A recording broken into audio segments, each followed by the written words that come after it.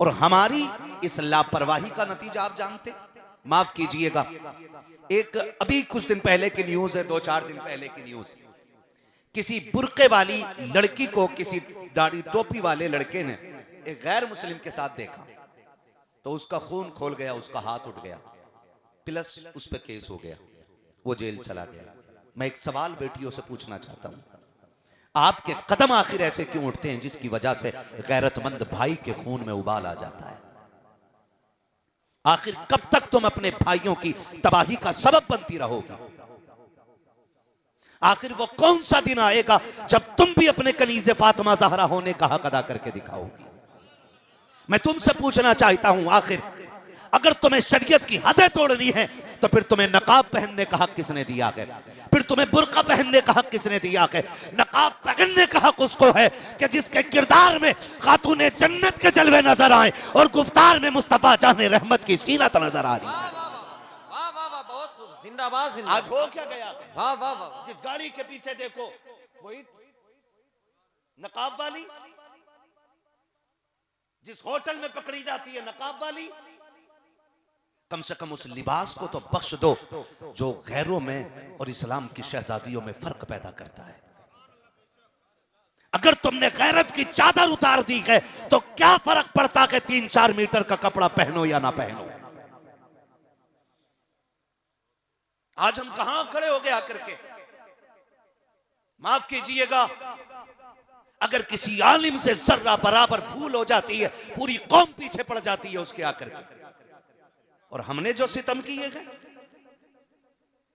आज बेगैरती की इंतहा हो गई। आज बेटी भागती है, सुबह मस्जिद में जाके बाप कहता जी मैं क्या करूं, मुझे क्या मतलब, गई तो गई। अगर मौलवी नंगे सर पानी पी ले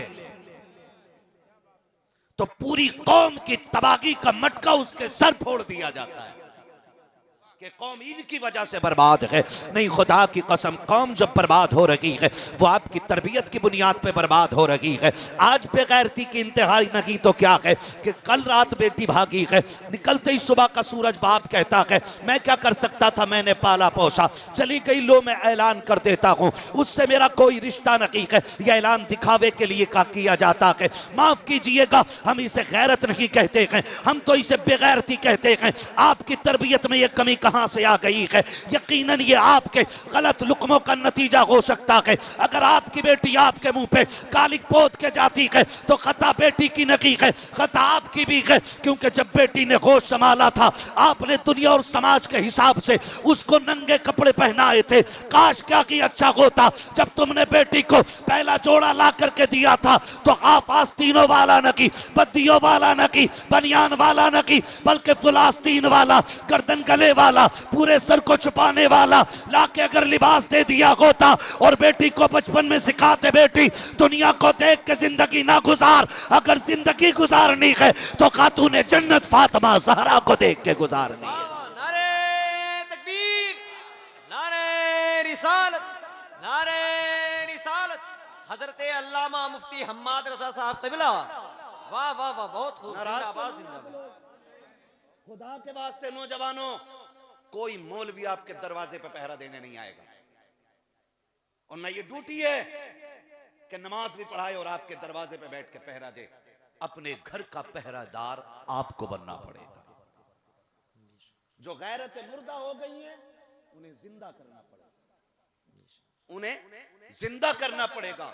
आज से तकरीबन 25-30 साल पहले बाप की गैरत का आलम यह होता था, अगर बेटी को तलाक हो जाती थी तो 8 दिन घर से नहीं निकलता था।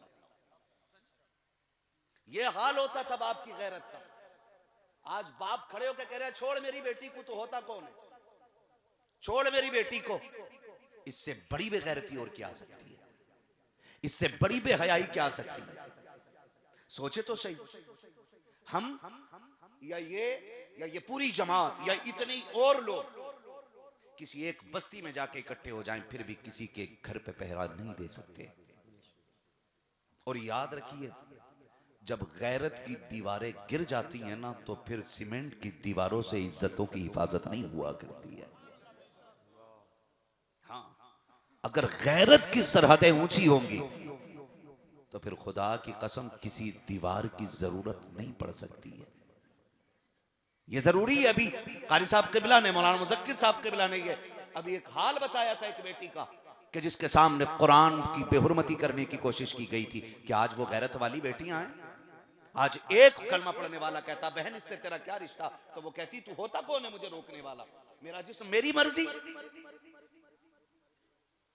मैं जवान हूं, अपनी मर्जी की मालिक हूं। ना बेटी, तुझसे किसने कह दिया? जब तुमने कह दिया ला इलाहा इल्लल्लाह तो ना जिस्म के तुम मालिक रहे ना जिंदगी के तुम मालिक रहे। रोटी जरूर खाओगे लेकिन जिंदगी तुम्हें मुस्तफा के फरमान के मुताबिक गुजारनी पड़ेगी। ये जन्नत किसी थाली में रखा हुआ निवाला नहीं, जो जिसका हाथ पहुंचेगा उठा लेगा। जन्नत उसी को मिलेगी जिससे खुदा भी राजी होगा, मदीने वाला मुस्तफा भी राजी होगा। इसलिए इसे हासिल करने के लिए कुर्बानियां पेश करना पड़ेगी। आज बेटी कह देती है तुम कौन होते हो समझाने वाले, कौन होते हो तुम सुनाने वाले, कौन होते हो तुम रोकने वाले, मेरी मर्जी। कितनी बहनों ने सगे भाइयों के खिलाफ मुकदमा कर दिया। मेरी बेटी तुझे गैरत का वास्ता है, जब भी तेरे कदम बहकने लग जाएं, किसी को देखना या ना देखना। तेरे भाई ने पूरी जिंदगी तेरे लिए परदेश में काट दी, भले उसके इस जुदाई का ख्याल ना आए। तेरे बाप ने पूरी जिंदगी मजदूरी में इसलिए काट दी ताकि मेरी बेटी को किसी के बर्तन न धोने पड़े, भले बाप की इस कुर्बानी का तुझे ख्याल आए या ना आए। माँ ने तुझे उठा उठा के खाने खिलाए, भले माँ की ममता का तुझे पास रहे या ना रहे। अगर तेरे कदम बहकने लग जाए तो कुछ याद करना या ना करना, मगर जहरा के बाबा की कुर्बानियां याद कर लेना, हसनैन के नाना की कुर्बानियां याद कर लेना। अगर भूल गई हो तारीख का ये बाप तो मैं तुम्हें याद दिला दूं, तुम्हारी तो औकात कुछ भी ना थी। इसी हिंदुस्तान के अंदर तुम्हें शौहर की चिता पे जिंदा जला दिया जाता था। अगर जीने का अधिकार किसी ने दिया है तो इस्लाम ने दिया है। जब तुम पैदा होती थी तो पैदा होते ही तुम्हें कत्ल कर दिया जाता था, तुम्हें मनहूस समझा जाता था। मेरे नबी ने आकर के सैयदा कायनात, सैयदा तैयबा ताहिरा, आबिदा साकिदा तकिया नकिया, राकिया साजिदा हाफिजा कारिया, आलिमा फाजिला, सैयदा कायनात खातून जन्नत फातिमा ज़हरा को सीने से लगा के कहा था फातिमा मेरे जिगर का टुकड़ा है। जब से आका ने कहा है फातिमा मेरे जिगर का टुकड़ा है, हर बाप बेटी को सीने से लगा के फख्र से कहता लोगों जैसे फातिमा नबी के जिगर का टुकड़ा है, मेरी बेटी आज मेरे जिगर का टुकड़ा बन गई। नारे तकबीर, नारे रिसालत, उलमाए अहले सुन्नत, हजरत अल्लामा मुफ्ती हम्माद रजा साहब क़िबला, जश्ने गौसुल वरा कॉन्फ्रेंस, जश्ने दस्तार बंदी। वाह वाह वाह, बड़ी इज्जत है मेरे नबी ने अता की है मेरी बेटी। और सुन, ये 5 लाख जो एक कमेटी देती है ना किसी भी मुस्लिम लड़की को भगाने का, ये 5 लाख की कोई औकात नहीं। रब ने जन्नत में तेरे लिए वो इनामात रखे हैं, तो रब को राजी करके जन्नत आ तो सही। उसकी रहमत कहती है कि अगर तुझे हूरों से हसीन ना बना दूं तो बात करना। ये तो रब की रहमत कहती है।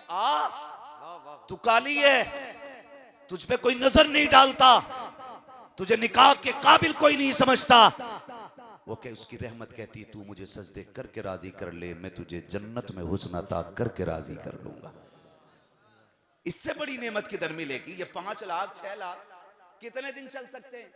और रिजल्ट अच्छा नहीं है, रिजल्ट अच्छा नहीं है। मेरा जिस्म मेरी मर्जी, तू होती कौन है? होती कौन है? कितनी बेटियां सोशल मीडिया पे आके रो रही हैं, हम घर आना चाहते हैं, अब्बा हमें ले लो, हमें बुला लो। कितनी बेटियों के साथ सितम होते हुए आज सोशल मीडिया का दौर है, दुनिया देख करके अंधी हो गई है।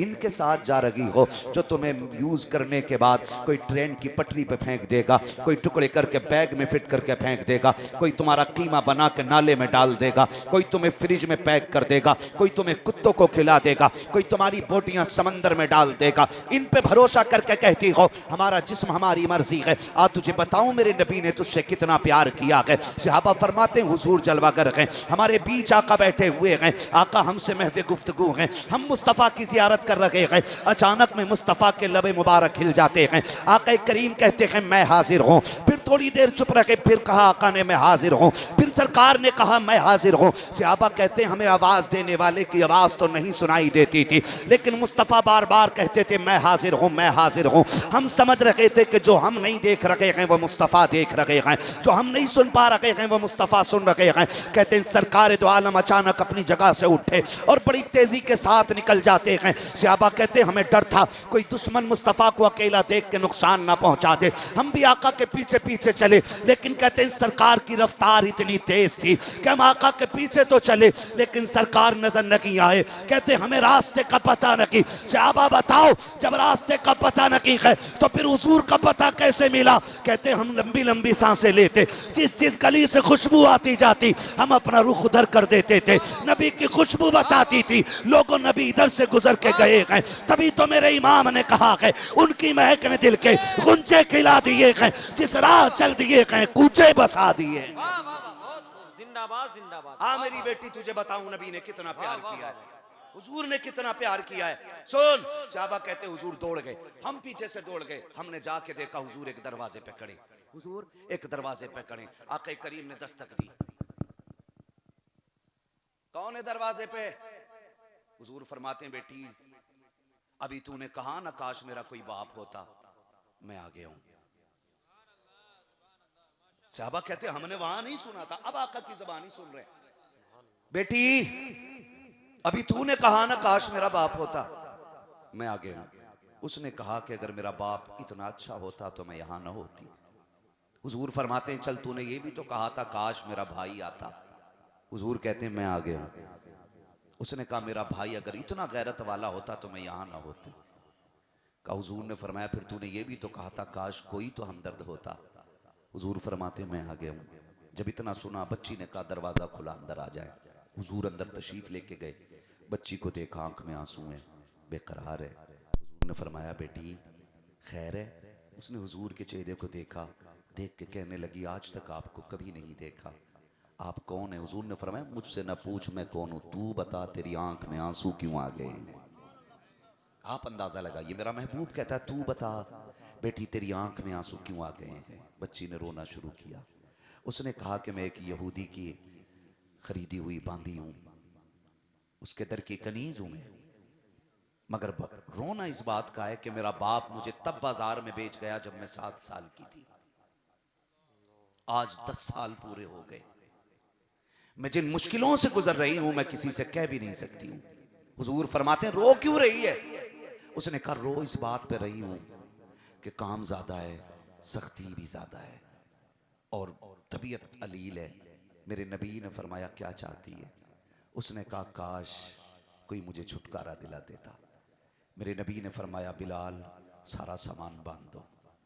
सामान आटे की गठरी अलग, गेहूं की गठरी अलग, जो उस वक्त जो था या जो पीस रही थी उस चीज की गठरी अलग, 2 गठरियां बनी। हुजूर ने हाथों में ले ली, सुने जरा, हुजूर ने हाथों में ले ली और लेके चलने लगे। सहाबा ने कहा का ये बोझ हमें दे दीजिए। मेरे नबी ने फरमाया ना, ये मेरी बेटी का बोझ है, आज मोहम्मद को उठाने दिया जाए, आज मैं इसका बोझ उठा रहा हूं। हुजूर ने लिया, फरमाने लगे बता कहां रहता तेरा मालिक? बच्ची ने इशारा किया, सुने गौर के साथ, बच्ची ने इशारा किया फला जगह पर उसकी पहाड़ी के पीछे मकान है, वहां रहता। सरकार फरमाते हैं चल बेटी वहां लेके चल। अल्लाह अकबर। बच्ची आगे आगे, सरकार पीछे पीछे, सहाबा पीछे पीछे आ रहे हैं। चलते चलते उस यहूदी के मकान के करीब तक पहुंचे। वो अपनी मकान की छत पर बैठा हुआ था। अचानक आने वालों को देखता है, आंखें मसलने लग जाता है, गौर कर रहा है। ये दूर से आने वाली एक जमात तो नजर आती है, लेकिन एक चेहरे के अलावा कोई चेहरा साफ नजर क्यों नहीं आ रहा है? सारे चेहरे धुंधले हैं, लेकिन एक चेहरा इतनी दूरी से भी साफ नजर आ रहा है।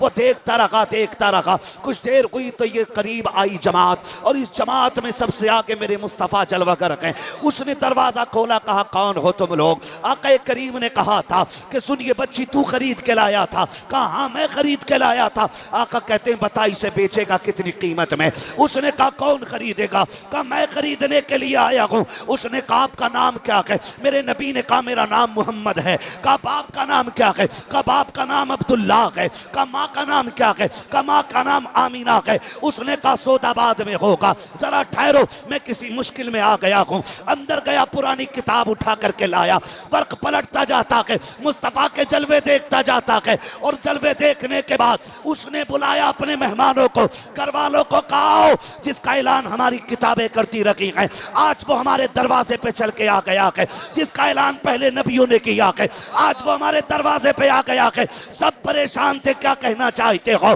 कहा सुनो, जिस आखिरी नबी का ऐलान हमारी किताबों ने किया है ये वही पैगंबर है। कहा तुमको कैसे पता है? कहा हमारी किताबें बता रखी हैं जो आखिरी पैगंबर होगा उसकी शान का आलम ये होगा कि वो मरने वाली बेटियों को जिंदगी अता करेगा, वो कैदियों को आजादी दिलाएगा, वो गुलामों को रिहाई का परवाना देगा, वो बेकरारों का करार बन के आएगा, वो बेसहारों का सहारा बन के आएगा। और हमारी किताब बताती है अल्लाह ने उसको ऐसा हुस्न दिया होगा कि जहां से देखोगे वहां से उसका चेहरा साफ नजर आएगा।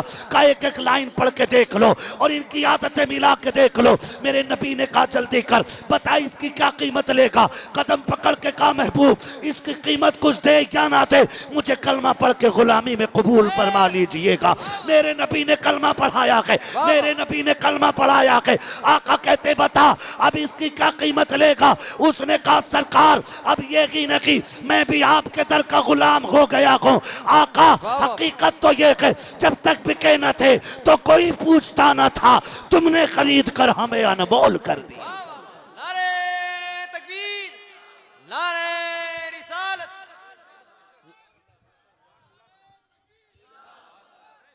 मेरे भाई, मेरे नबी ने ये इज्जत बेटियों को अता की और आज बेटियां ये सिला दे रही हैं, आज ये सिला दे रही हैं बेटियां। इस्लाम के नाम पे कलंक बन गई कुछ बेटियां। लेकिन मैं चैलेंज के साथ कहना चाहता हूं, खुदा की कसम तुम नहीं, एक नहीं, करोड़ों नहीं, अरबों मुस्लिम बेटियां भी मुर्तद हो जाएं तो मेरे नबी के दीन पे कोई फर्क पड़ने वाला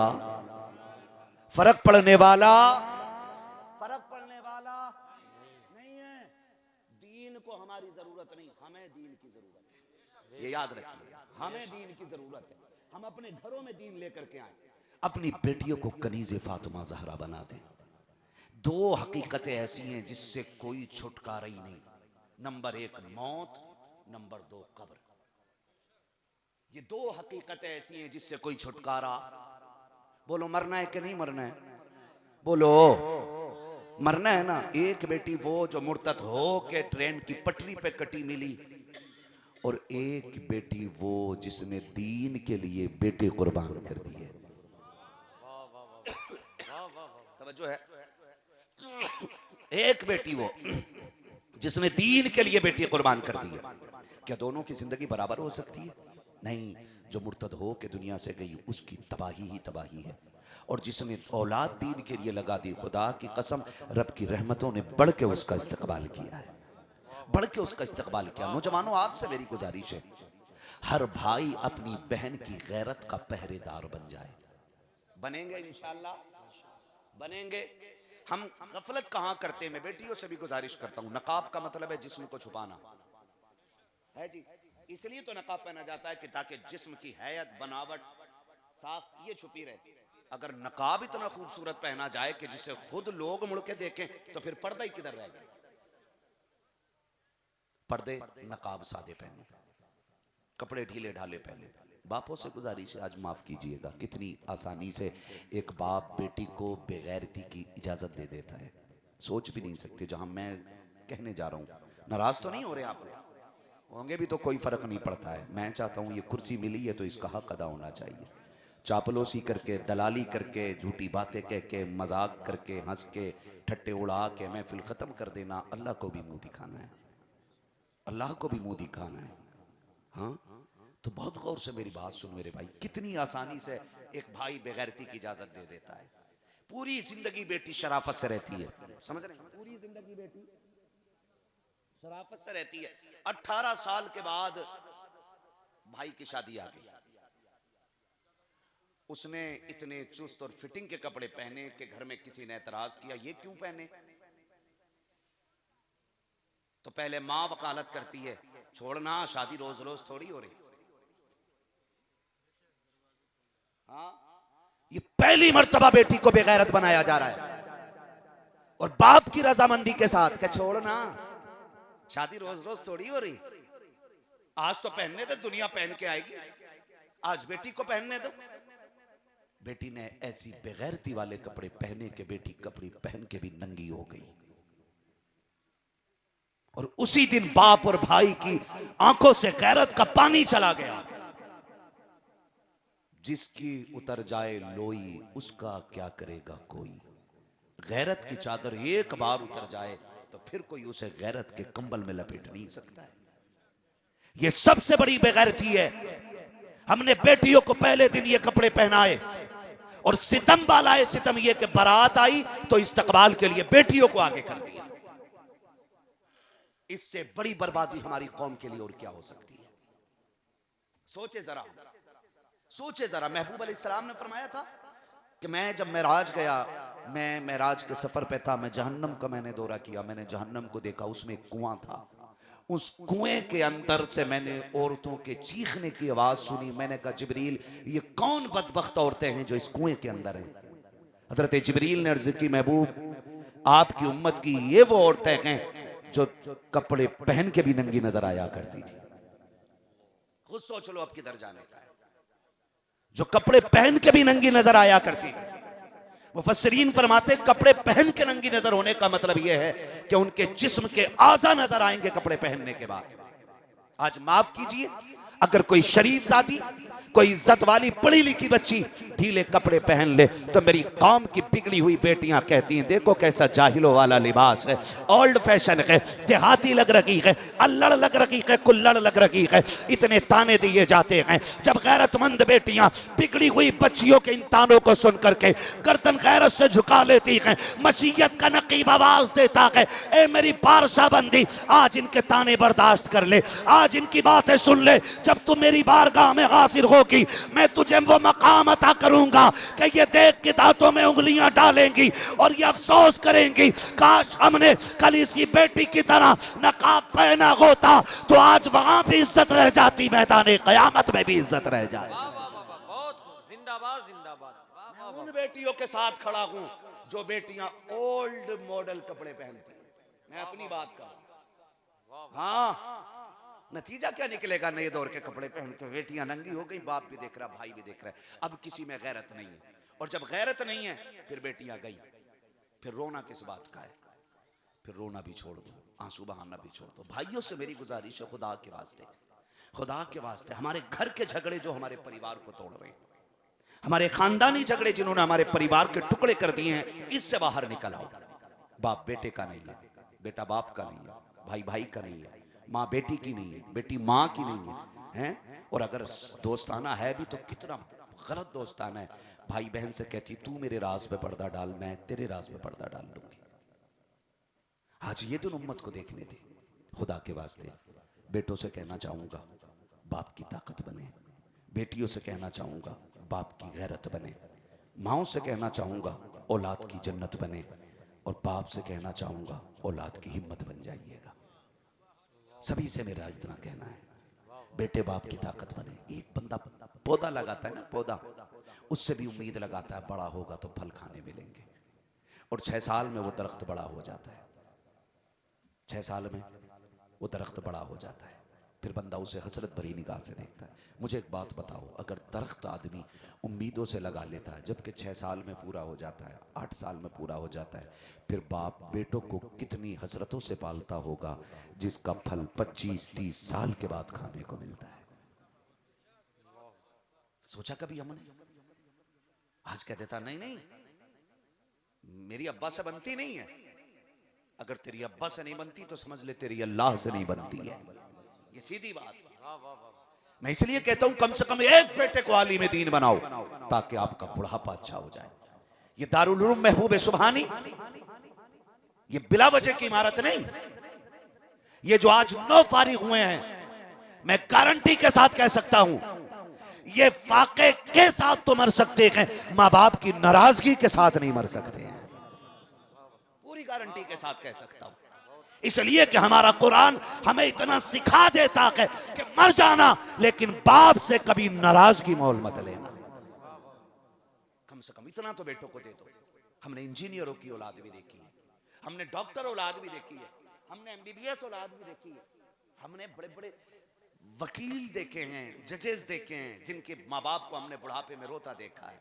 लेकिन ये 6,000 रुपए कमाने वाला कुरान का हाफिज, ये 5 वक्त नमाज पढ़ा के 7,000 महीने में लाने वाला हाफिज, खुदा की कसम जब घर आता है ना तो बाप खड़े होकर इस्तकबाल करके कहता, बेटे भले पैसे कम लाया गए लेकिन नेकियां भर भर के लाया है। ये सबसे बड़ी दौलत है जी, ये सबसे बड़ी दौलत है। बिला वजह माँ बाप अपनी औलाद को दीन के नाम नहीं करते। असल आखिरत की जिंदगी है। कौन सी जिंदगी है बोले? जोर से है, और जोर से। पीछे वाले क्यों नहीं बोल रहे? मसला खराब है कोई, या इतनी ठंड लग गई है कि जबान नहीं खुल रही है? असल जिंदगी कौन सी है? आखिरत की जिंदगी है। अगर आखिरत की जिंदगी असल ना होती ना तो मेरा हुसैन 6 माह के असगर को कभी शहीद ना कराता। अगर आखिरत की जिंदगी असल ना होती तो सैयदा ज़ैनब ने अपने लाल दीन के लिए ना दिए होते। अगर आखिरत असल ना होती तो हजरत इमाम हसन ने अपने बेटे हजरत कासिम के गले में कुर्बानी का तमगा न टांगा होता। अगर आखिरत असल ना होती तो मेरा हुसैन अकबर के कलेजे से बर्छी ना निकालता। बता दिया इन सारी कुर्बानियों के आखिरत आखिरत असल है। आखिरत जोर से असल है। अपने बच्चों को दीन के नाम कर दो। बेटों से गुजारिश है, खुदारा बाप के खिलाफ कभी खड़े ना होना। बाप वही कामयाब नहीं जो हसन बसरी हो, बाप वही कामयाब नहीं जो अपने वक्त का जाफर तैयार हो। हर बाप औलाद के हक में ये दर्जा रखता है कि 70 वली बैठ करके अगर एक तरफ बद्दुआ करने लग जाएं, माँ बाप दुआएं देने लग जाएं, तो अल्लाह वलियों की तो टाल सकता है, माँ बाप की नहीं टाला करता है। आज ये जरूरी है हम अपने घरों में अपनी सफों में इत्तेफाक पैदा करें। भाई भाई का दुश्मन है, माफ कीजिएगा, हमारे घर पे पुलिस बाद में आती है, हमारे घर का बंदा हमारे खिलाफ पहले FIR करता है। ये कड़वी सच्चाई है। और रोना इजराइल का है, रोना RSS का है, रोना बजरंग दल का है।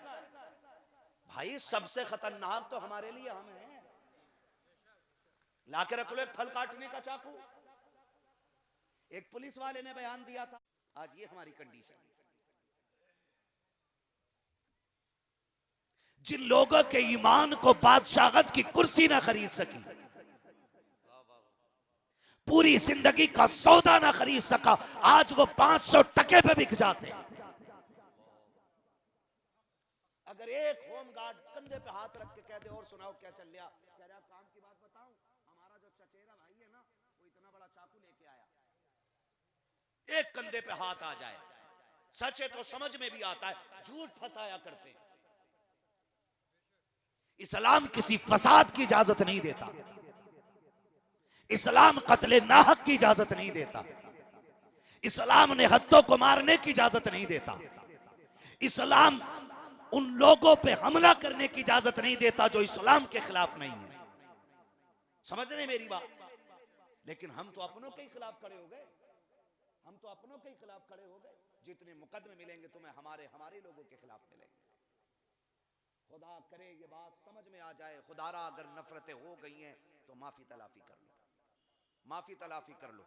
हुजूर के एक सहाबी को पकड़ा गया, हजरत खुबैब रज़ी अल्लाह ताला पकड़े गए, टांगा गया।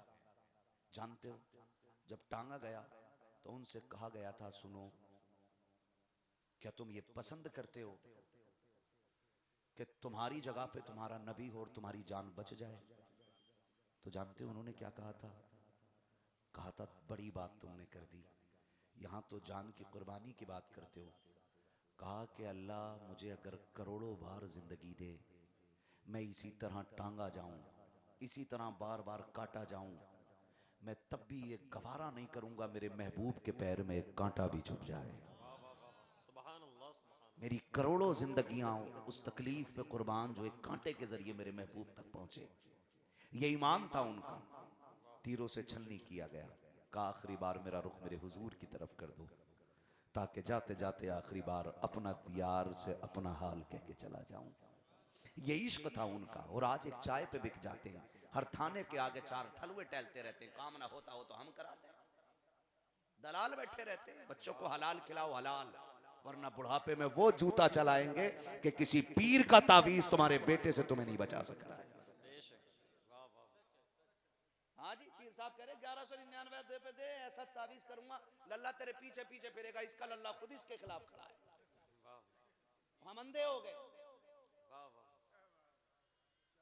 घरों में वकार सुकून तावीजों से नहीं आना है, हुजूर के दिए हुए दीन से आना है। कैसे आएगा हुजूर के दिए हुए? जोर से, हुजूर के दिए हुए दीन से आएगा, जो मुस्तफा ने अता किया है। उस दीन के जरिए हमारे घरों में सुकून आएगा। हम सुकून ढूंढते फिर रहे हैं, कह रहे नींद की गोली दे दिए जरा, क्योंकि बीवी से ऐसा झगड़ा हुआ है, नींद नहीं आ रही, दवा खा के बेहोश होगा, नींद फिर भी नहीं आनी है। कहा फिर कैसे आनी है? कहा सुन, फिर वो करना जो मेरे नबी ने किया है, वो कर जो हमारा इस्लाम हमें इजाजत देता है। अगर नींद नहीं आती तो वुजू कर, 2 रकात नमाज अदा कर, फिर लेट। तुझे लेटने में देर लगेगी, रब को दिल को करार देने में देर नहीं लगेगी। जिधर सुकून लेना था लिया ही नहीं, और मिलता किधर से, कभी मदरसे गए ही नहीं। हम में से कितने लोग ऐसे, माफ कीजिएगा, कितने लोग ऐसे कहते हैं कि ये मदरसे हो बंद होने चाहिए। कितने लोग कहते हैं मदरसे बंद होने चाहिए, मौलवियों के खाने कमाने के तरीके। मैं कसम खा के कहता हूँ, इस मदरसे में मेरे ख्याल से तकरीबन 9 लोगों का स्टाफ है। क्यों कर साहब? कितने? जोर से बोलो, कितने लोग हैं? सारे बोले कितने? पीछे वाले भी सुन रहे हैं मेरी बात, कितने लोग हैं? 9। कारी साहब किबला, रूह रवा, बेपनाह कुर्बानियां, मोहब्बतें हजरत की और इनके पूरे स्टाफ की, इनकी मेहनतों का नतीजा है कि बड़े बड़े इदारों से 1-2 फारिग होते हैं। आपके दारुल उलूम महबूब सुबहानी ने 9 हाफिज कुरान आपको दे दिए। समझ रहे हैं आप मेरी बात? कितने दिए? 9 दिए। पूरी गारंटी के साथ कह सकता हूं, सारे ही प्यार करने वाले नहीं होंगे मदरसे को। कुछ ऐसे भी होते हैं जो बुनियाद खसकाने की सोचते हैं। लेकिन याद रखिएगा, नूरे खुदा के कुफ्र की हरकत पे खंदाजन, फूकों से ये चिराग बुझाया ना जाएगा।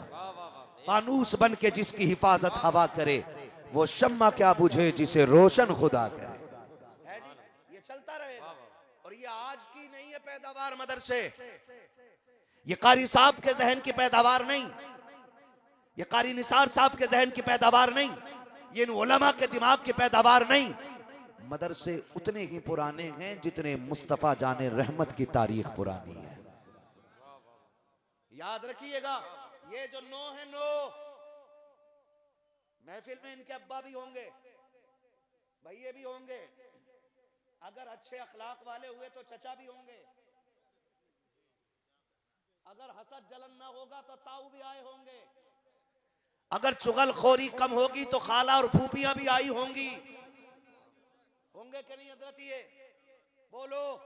लेकिन ये तुम्हारे बेटे बाद में, भतीजे बाद में, पोते बाद में, भाई बाद में, लाडले बाद में, मोहम्मद अरबी के चहीते और प्यारे ये पहले बन चुके हैं। बहुत खूब। याद रखिएगा, ये मुस्तफा के प्यारे। मैंने इमारत देखी, कलेजा ठंडा हुआ। हजरत ने इरादा बताया, आने वाले दौर में इरादा ये है कि हम इसको नर्सरी स्कूल में तब्दील करेंगे, एक अजीम इमारत मदरसे के लिए बनाएंगे। यकीन करें, आपके दारुल उलूम मीनाइया में मैं गया, इतना कलेजा ठंडा हुआ, खुदा की कसम मेरे दिल से दुआ निकली, काश हमारा हर इदारा ऐसा ही हो जाए।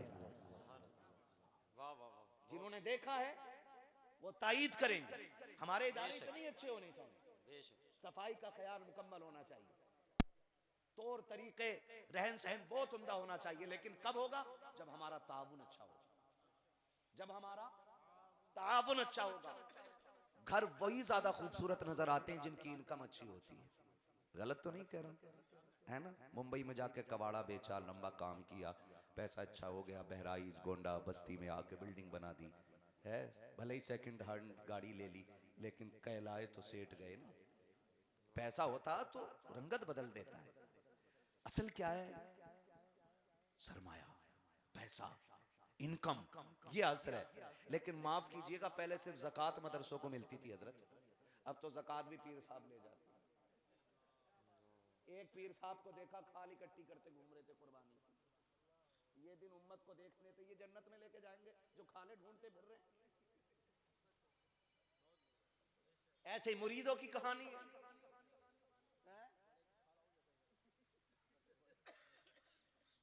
खुद पीर साहब पड्डे बन जाते हैं उसे खींचने के चक्कर में। बाबा हमारी कौम के ये इमाम, ये मदरसा पढ़ाने वाले, आपको क्या लगता है ये एक रात में बिस्तर पे लेट के बटन दबा के हाफिज बनाए गए हैं?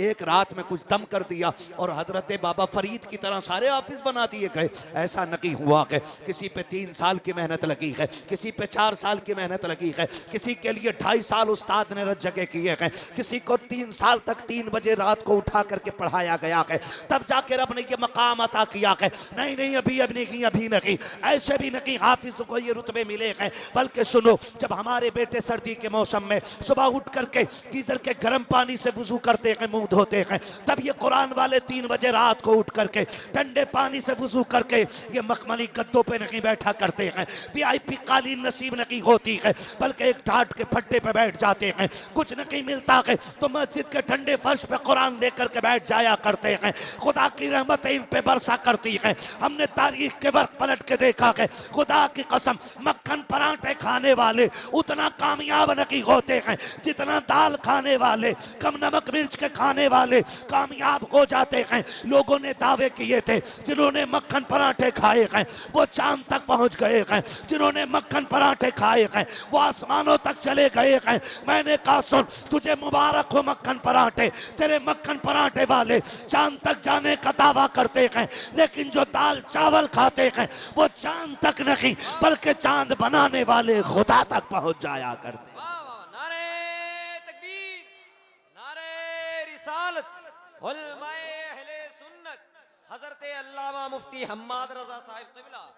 वाह वाह वाह वाह, बहुत खूब, जिंदाबाद जिंदाबाद। लगो इनसे, बहुत खूब। जुड़ जाओ इनसे। ऐसे नहीं बड़ी मेहनतें लगी हैं। और वाह ये वाह, तलबा बैठे हैं नीचे से ऊपर तक जितने बैठे, सबसे गुजारिश करूंगा, पीर हाथ पकड़ के एक बार कहता मैंने तुझे बगदाद वाले के हवाले किया, ठीक है जी, एक बार कहता है तो हम हर साल उससे 500 रुपए का मुसाफा करना वाजिब समझते हैं। और एक उस्ताद, तलबा सुने मेरी बात, पीर से हर साल में 500 रुपए का मुसाफा करना लाजिम समझते हैं। और एक उस्ताद जो मिट्टी के डेले को सोना बना देता है, हम कभी साल नहीं 10 साल में भी उसकी गली का चक्कर लगाना नहीं चाहते। आपको मैं बता दूं, ये रुतबे अगर आपको मिले हैं तो घुटने रगड़ने से नहीं, उस्ताद के जूते उठाने से मिले हैं। मैं तलबा से गुजारिश करूंगा, आप कहीं भी चले जाएं, अल्लाह करे आपके मुकद्दर बुलंद हों और आप आला से आला ज़मीन पर बैठ करके हुजूर के दीन की खिदमत करें। लेकिन आप जितने चाहो बड़े हो जाओ, कभी उस्ताद के सामने बड़े होने की कोशिश मत करना, वरना जो रब बनाना बड़ा बनाना जानता है वही रब घटाना भी जानता है, ये ख्याल रखिएगा। और वही तलबा, वही शागिर्द आला रुतबे पे फाइज होते हैं जो उस्ताद की जूतियां जितनी ज्यादा उठाया करते हैं। अगर सारा इल्म किताबों से आता ना, सारा इल्म अगर किताबों से आता तो फिर उस्ताद की ज़रूरत नहीं। आज हर फन की किताब आपकी आसान ज़बान में मौजूद है, सारे घर बैठे मौलवी हो जाते। लेकिन आज तक मैंने किसी को घर बैठे मौलवी होते नहीं देखा है। पता चला खाली किताबों का कमाल नहीं, उस्ताद की नज़र इनायत का कमाल होता है। और इन बच्चों के जो माँ बाप हैं उनसे कहूँ, कई बार होता है कि एक जोड़ा और 500 रुपये देकर के समझते हैं हमने उस्ताद का हक अदा कर दिया है। अल्लाह की इज्जत की कसम खा के कहता हूँ, सबसे बड़ी कसम मैंने उठाई है, जो एहसान आपके बेटे को हाफिज बना के इस उलमा की जमात ने किया है ना, उसके बदले में अपने जिस्म की खाल उतार के उसका जूता बना के भी अगर उस्ताद को पहना दो, फिर भी इस एहसान का बदला अता नहीं हो सकता है। तो सबसे मेरी गुजारिश है, अपने हुकूक को पहचाने, बाप बेटे को हक को पहचाने, बेटा बाप के हक को पहचाने, उस्ताद शागिर्द को पहचाने, शागिर्द उस्ताद को पहचाने, माँ बेटी के रिश्ते को समझे, बेटी माँ के रिश्ते को समझे, भाई भाई के रिश्ते को समझे, बहन भाई के रिश्ते को समझे। और ऐसे एक जगह इकट्ठे हो जाओ, ऐसे इकट्ठे हो जाओ कि दुनिया ये कहने पे मजबूर हो जाए, जैसा 1450 साल पहले नबी ने खड़ा कर दिया था, आज भी उम्मत उसी तरह से खड़ी नजर आ रही है। करेंगे इंशाअल्लाह मोहब्बत एक दूसरे से। बेटियों से गुजारिश है, खुदा की कसम 60 साल 65 साल 70 साल ज़िंदगी में कुछ नहीं रखा है, मर जाना है। ज़िंदगी ऐसी गुजार के जाओ कि कब्र में पहुँचो तो तुम्हारी कब्र को खुदा अपने करम से पहले जन्नत का एक बगीचा बना डाले। नौजवानों से गुजारिश है, ऐसी ज़िंदगी गुजार के जाओ जब इंतकाल हो, तुम्हारा जनाजा निकले, लोग पूछें कौन जा रहा है, किसकी मैयत है और कैसी ज़िंदगी जी के गया है, तो लोग भले तेरी तारीफ करें या ना करें, तेरे जनाजे की खुशबू ही ऐलान करती चले, लहद में इश्क रुखे शह का दाग लेके चले, अंधेरी रात सुनी थी चराग लेके चले, तेरे गुलामों का नक्शे कदम है राह खुदा, वो क्या भटक सके जो ये सुराग लेके चले। अल्लाह ताला हम सबको हुजूर के अता करदा फरामीन पे अमल की तौफीक अता फरमाए। बस जो हुए गलत उनको माफ़ फरमाए। रब्बे कायनात ज़िंदगी ने दिया साथ, फिर होगी मुलाकात, चमन रहा फूल खिलेंगे, ज़िंदगी रही। सुभान अल्लाह।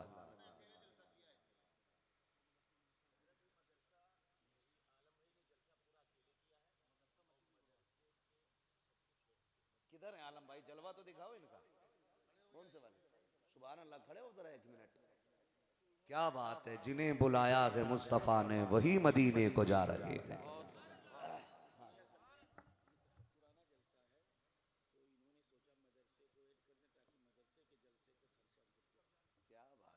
क्या बात है, क्या बात है। एक बंदा महफिल में से जरा नारा लगा दे सुभान अल्लाह, लगाए कोई खड़े होके एक नारा।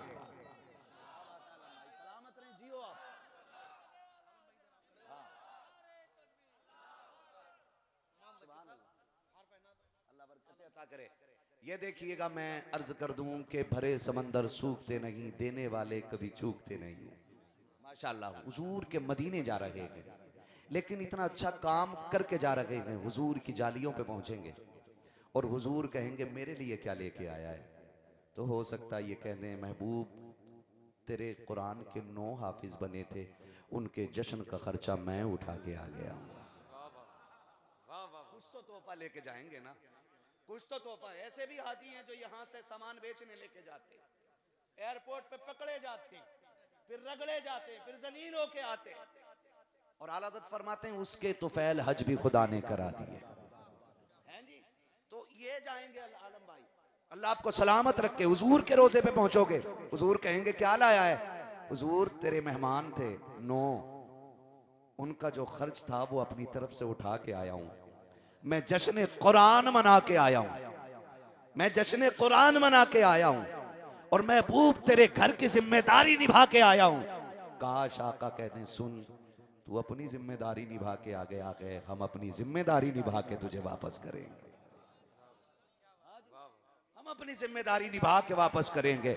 और हुजूर इनको वापस भेजें, फिर जब ये आए फिर यहाँ रहें, तो फिर इनकी ज़िंदगी का हाल ये हो कि सरवर कहूँ के मालिको मौला कहूँ तुझे, बाग़े खलील का गुले ज़ेबा कहूँ तुझे, तेरे तो वस्फ़ बेतनाही से हैं बरी, हैरान हूँ मेरे शाह में क्या क्या कहूँ तुझे। यकीन करें आलम भाई, मैंने सेठ बहुत देखे और अल्लाह का शुक्र है मैं बचता हूँ। मुझसे कई बार मेरे अहबाब कहते हैं कि भाई फ़लाँ को फ़ोन कर लो, फ़लाँ को कर लो। मुझे घिन आती है ऐसे लोगों से जो उलमा को या किसी भी शख्स को पैसे के ज़रिए ख़रीदना चाहते हैं। हाँ, कलेजा उनके लिए खुल जाता है जो हुजूर के दीन के लिए कलेजा खोल के खड़े हो जाते हैं। हाँ, जाओ, गारंटी दे रहा हूँ, आपने लाखों करोड़ रुपए अपने ऊपर उठाए होंगे, वो सारे खर्चे में गए होंगे, लेकिन ये जो आज हुजूर के दीन पे आप लगा के जा रहे हैं, इसका सिला मदीने में भी मिलेगा, और जब क़यामत में आओगे वहां भी इसका सिला अता किया जाएगा। हाँ जी, ये पूरी महफिल का खर्च आलम भाई ने उठाया, इन तमाम उलमा को बुलाया। सच्ची बात है कि एक तालिब इल्म किसी बस्ती से गुजर जाए, अल्लाह 40 दिन का अजाब उठा देता है, और जिस बस्ती में तालिब इल्म नहीं इतने सारे उलमा के कदम पड़े हों, उस बस्ती में बरकतों का आलम क्या होगा। आपको भी वजीफ़ा दे दूं, आप सोच रहे होंगे मैं ये नहीं समझता कि ये आलम भाई का पहला और आखिरी अमल है, यकीनन ये ऐसे अमल करते रहते होंगे, इसी वजह से अल्लाह ने इनको इस लायक बनाया है। हर तिजारत में घाटा हो सकता है, लेकिन अल्लाह से की हुई तिजारत में कभी घाटा।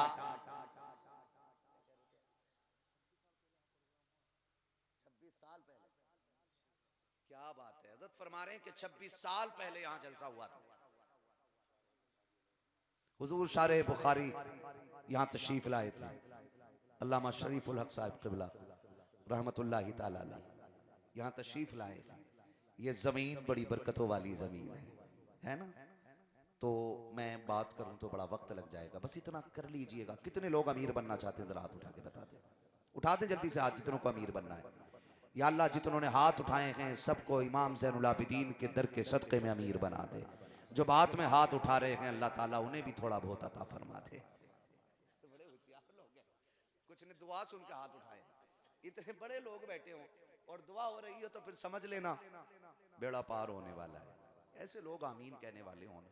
फरमाया जहाँ 40 लोग होते वहाँ एक वली होता है, और जहाँ 80 बैठे हों वहाँ तो 2 होंगे ना कम से कम, है ना। और जहाँ 120 बैठे हों वहाँ, जल्दी बोलो कितने हो गए? 120 में कितने? 160 में 4, है ना। तो अब अंदाजा लगा लो यहाँ कितने अल्लाह वाले बैठे होंगे। अल्लाह सबको सलामत रखे। अमीर बनना चाहते हैं तो मदरसे से जुड़ जाइएगा, ये अमीर बनने का आसान तरीका है।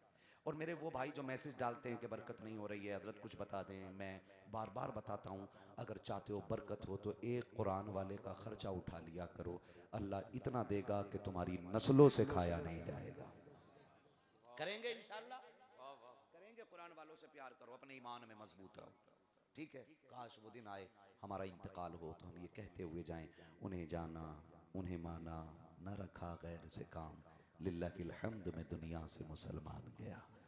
दस्तारबंदी का मंजर करीब है, सारे लोग कलमा शरीफ पढ़ लीजिए। ला इलाहा, और जोर से ला इलाहा इल्लल्लाहु मुहम्मदुर रसूलुल्लाह, अस्तगफिरुल्लाह रब्बी मिन कुल्ली ज़ंबिन व अतूबु इलैहि व मा अलैना इल्लल बलाग। अस्सलामु अलैकुम व रहमतुल्लाहि व बरकातहू। कोई अपनी जगह से ना उठे, कैमरे वाले भी बैठे रहें अपनी अपनी जगह पर, मेरे भाई बैठे रहिएगा। ये वो मकसद है